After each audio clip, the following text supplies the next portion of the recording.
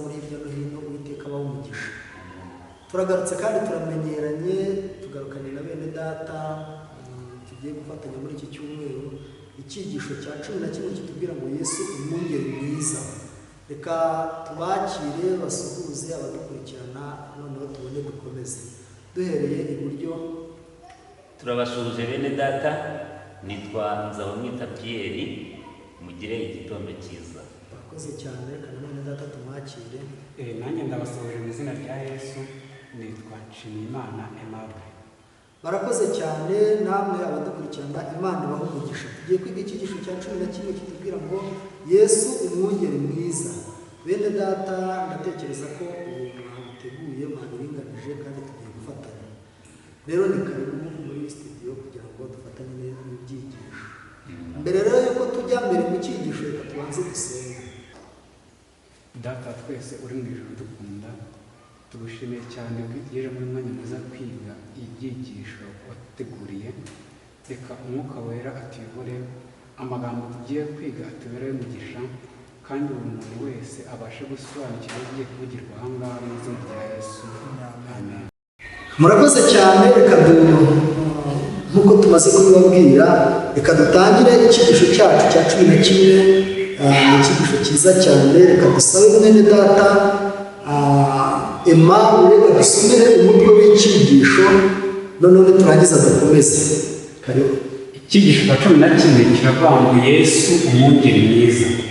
Niko kiri. Murakoze cyane. Hari isomo baduhaye naryo waradusomera ukabuzanira mu kabamuzi. Isomo baduhaye riboneka muri Yohana igice cyaho cya 10 umurongo wa 11. Haravuga ngo ninjye mwungeri mwiza, umwungeri mwiza apfira intama ze. Naho umwuka w'abahanuzi ni mu bivuzwe byose paja 128 ahagira hati Kristo niwe rembo akaba n'umwungeri, yinjira anyuze muri we ubwe, kandi binyuze mu gitambo cye ahinduka umwungeri w'intama. Koze cyane. Iri ni isomo riba riyoboye icyigisho, isomo ryo muri Yohana 10:11 ritubwira ngo ninjye mwungeri mwiza, umwungeri mwiza apfira intama ze. Reka dusabe mwene data Pierre aduhurize uyu mutwe aya masomo yombi, amagambo yo mu mwuka w'ubuhanuzi mu gitabo cy'ibivuzwe byose n'iri somo riri muri Yohana igice cya 11. noneho abiduhurize muri mutwe w'icyigisho. Pierre, karibu. Murakoze cyane. Iki cyigisho ni icyigisho cyiza, ariko ntabwo wacyumva amaherezo. Birasaba gutega amatwi cyane, kandi birasaba gukurikira, kandi birasaba kwiga. Buriya kwiga ibya Kristo ni ibintu bikoraho, kandi biba byiza cyangwa se bizatugirira umumaro igihe tubyiga dutuje, kugira ngo turusheho kugira ubwenge bw'imbaraga. Nk'aha mu mwuka w'ubuhanuzi baravuze bati Kristo niwe rembo, Kristo niwe mwungeri, yinjira anyuze muri we ubwe bwite, muri we bwite nawe yinjiye. Urumva rero ni ibintu bigenze gute? Ni ibintu bisaba kwiga kandi no kwitondera. Mu kandi binyuze mu gitambo cye ahinduka umwungeri w'intama. Buriya biciye mu gitambo cya Kristo ubwo kwitanga nawe ubwo yarahinduka kwigaya. Noneho igitambo cye kikongera kikagira umumaro uwinjiye muri we. Ni ukuvuga mu yandi magambo Kristo ni byose. Niwe mwungeri, niwe rembo, kandi ni nawe byose. Murakoze cyane. Ikindi kandi hano muri masomo basomye muri Yohana 10:11 herekana impamvu Yesu ari umwungeri mwiza, ubwo n'umutwe w'icyigisho uvuga. Impamvu ni iyihe? Ni uko umwungeri mwiza apfira intama ze. Mu gihe umwungeri gito akorera ihembo, we ari gukontatisi, ariko umwungeri mwiza rero yakuzirwanira akaba yanapfa. Murakoze cyane. Imana ibahe umugisha. Ingingo yo kuwa mbere iratubwira ngo umujura n'umwungeri. Buriya nitwumva umwungeri tugomba kumva n'umujura. Kiriya cyigisho cyavuzemo Yesu yasobanuye n'iby'umujura. Turaje turabyumvamo rero hano. Reka dusabe mwene data Pierre atubere isomo riri muri Yohana 10:1-2. Ikibazo cya kitubaza ngo Yesu yashyize itandukaniro hagati y'umujura n'umwungeri, kandi ni irihe somo ry'ibyo mwuka yashakaga gutanga? Muri Yohana 10:1-2 baragira bati, ni ukuri ni ukuri ndababwira yuko uwinjira mu rugo rw'intama atanyuze mu irembo, ahubwo akurira hano waba umwuga n'umunyazi, ariko unyura mu irembo we mwungeri w'intama. Yego, ubwo dukurikije uriya mutwe wo hejuru turaza gusobanukirwa iryo rembo twinjiramo, ariko mwari mwamaze no kuriturukaho urutoki, ariko reka turusheho no kubyimika dusabe impamvu. Reka dusome muri cya gitabo baduhaye uvuzwe ibihe byose, ariko ku ipaji 447 haranditswe ngo Kristo akoresheje aya magambo y'ubuhanuzi, ikigereranyo cyari cyakoreshejwe guhabwa iby'umurimo wa Mesiya muri Yesaya 49:9-11, Zaburi 23:1, ndetse no muri Ezekiyeli 33:13-16-25-28 yiyerekezaho. Kandi yerekanye itandukaniro ryari hagati y'imico y'abayobozi b'Abisirayeli.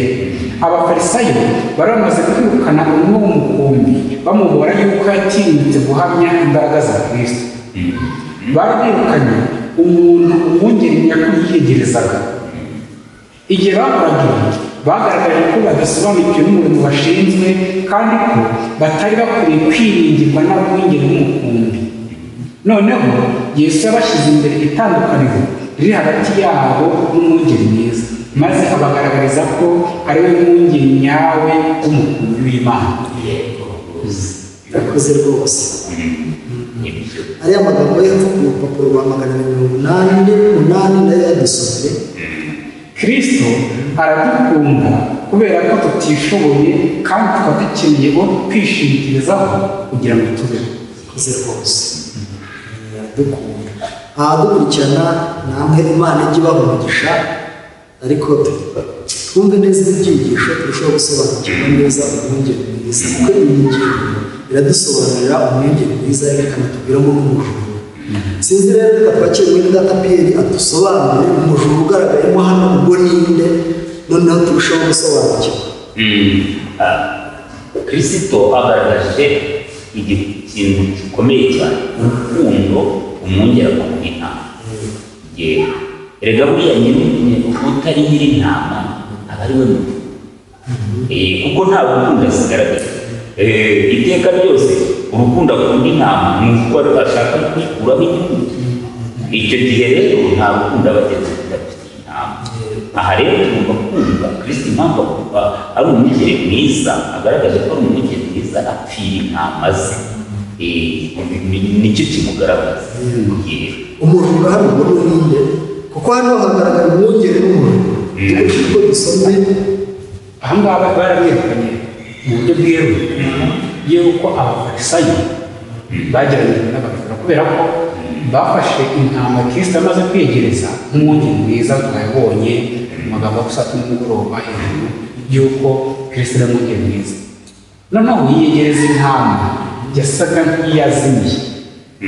Mu gihe intama imaze kuza, iyo ntama itangiye guhimbaza Imana ibyiza Kristo yayikoreye, wa mwungeri gito ariwe kandi bagereranyije n'umujura arayiruka. Ariko nubwo hano kenshi na kenshi duhita tubona abafarisayo ba kera, ariko n'ukurikije burya muri iki gihe ubwo mu gihe uri kuza n'uyu munsi, kuko hano ndashaka kumva umujura wa Kigeli wavuzwe n'ibyanditswe. Hano batunze urutoki abafarisayo. Hano uri kwinyandiko muri Data babaritse gusa. Noneho rero ubwo mu gihe uri kuza n'uyu munsi, uyu munsi twamenya dute umwungeri wo twamwumvise, ariko twabwirwa n'iki umujura? Nyamara birumvikana batubwiye ko umwungeri mwiza ikimuranga ni urukundo.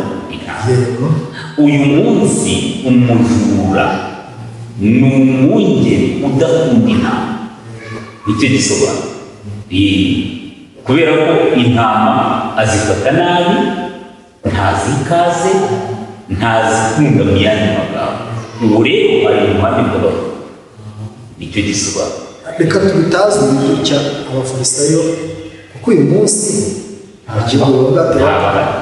abafarisayo ntabaje ariko hari abo bita abashumba iyo tuvuga abapasitori abagabura abungeri n'amasa pasiteri ni umwungeri mu kinyarwanda, pasiteri ni umwungeri mu kinyarwanda, ariko ikintu dushaka kubona twasa nk'abakorera ubugororangingo gatoya kuri iki gihe ntabwo intama za kirisito zisigaye zibona pasiteri gusa, natwe twakira ubutumwa kera umuntu ashaka kwakira umucyo twebwe bizera rwose nubwo pasiteri atabigiramo uruhare ko ntabwo pasiteri kenshi na kenshi azaterura umuntu wese ko ntabwo abera ahantu hose, ariko twebwe bizera mu mpande zose tuba duhari, akaba ari twe tubambira abantu bashaka kuza binyuze mu migirire yacu mibi, imyitwarire yacu ntahamanya n'amahame tuvuga ko twizera, ugasanga natwe twihindukiye abajura nk'abafarisayo ba kera.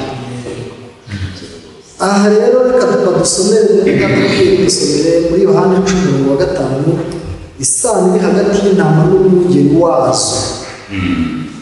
Intama zikora mbere y'umuntu, ni iki intama zikora imbere y'uwo zitazi? Dusomere isomo riri muri Yohana igice cya 10:5 turahera 3:4 twumve hanyuma tujye no ku murongo wa 5. Yego. Umurongo wa 3, umurinzi w'irembo aramwugururira kandi intama zumva ijwi rye, ahamagara intama ze mu mazina yazo akazabura. Iyo amaze kwagura ize zose azijya imbere, intama zikamukurikira kuko zizi ijwi rye, kundi ntizamukurikira ahubwo zamuhunga kuko zitazi amajwi y'abandi. Koze cyane undi zamuhunga kuko zitazi amajwi y'abandi. Buriya rero byerekana ko niba hari abungeri gito hari n'intama ariko hakabaho n'amase cyangwa se n'ibindi bintu bitari intama, ariko tugarutse ku ntama umuntu ufite umutima w'ubutama cyangwa se umuntu ufite umutima wo kumva ko hari umwungeri umuragira mu kuri yumva ijwi rya Kristo kandi akabiza ate umukurikira. Hano rero nkurikije uko mbyumva harimo itandukaniro ry'abantu bapfa kugenda n'abantu bafite umutima w'ubutama, kuko ufite umutima w'ubutama anamenya n'umwungeri mwiza, ntabwo apfa gukurikira mu bintu byose. Isano hagati y'intama n'umwungeri, intama ni umwungeri nyakuri bakwimuzi igahita imukurikira, ariko utari umwungeri intama ntiyamukurikira, kandi niba itari intama ntiyakurikira umwungeri. Ni ukuvuga ngo baba bazanye natwe dufitanye isano ya bugufi na Kristo. Murakoze cyane abadukurikiye rero, reka tubashimire uburyo mwadukurikiye, ariko tunabibutsa ko icyigisho twitwika kiratubwira ngo Yesu umwungeri mwiza, kandi ingingo tumaze kuganira tubwira ngo umujura n'umwungeri birasobanutse, kandi ejo tuzakomeza ndetse n'iminsi yose tuba turi kumwe kugira ngo dukomeze kucyigisha. Mukuru rero dushimire abadufashije kandi dushimire namwe mudukurikirana ndetse n'abagerageza gufata ibi byigisho kugira ngo babishyire ku ikoranabuhanga. Mwese Imana ibamugisha. Ni akagaruka rero tubararikiye ibyigisho by'ejo no gukomeza no kubamugisha izina rya Yesu. Amen.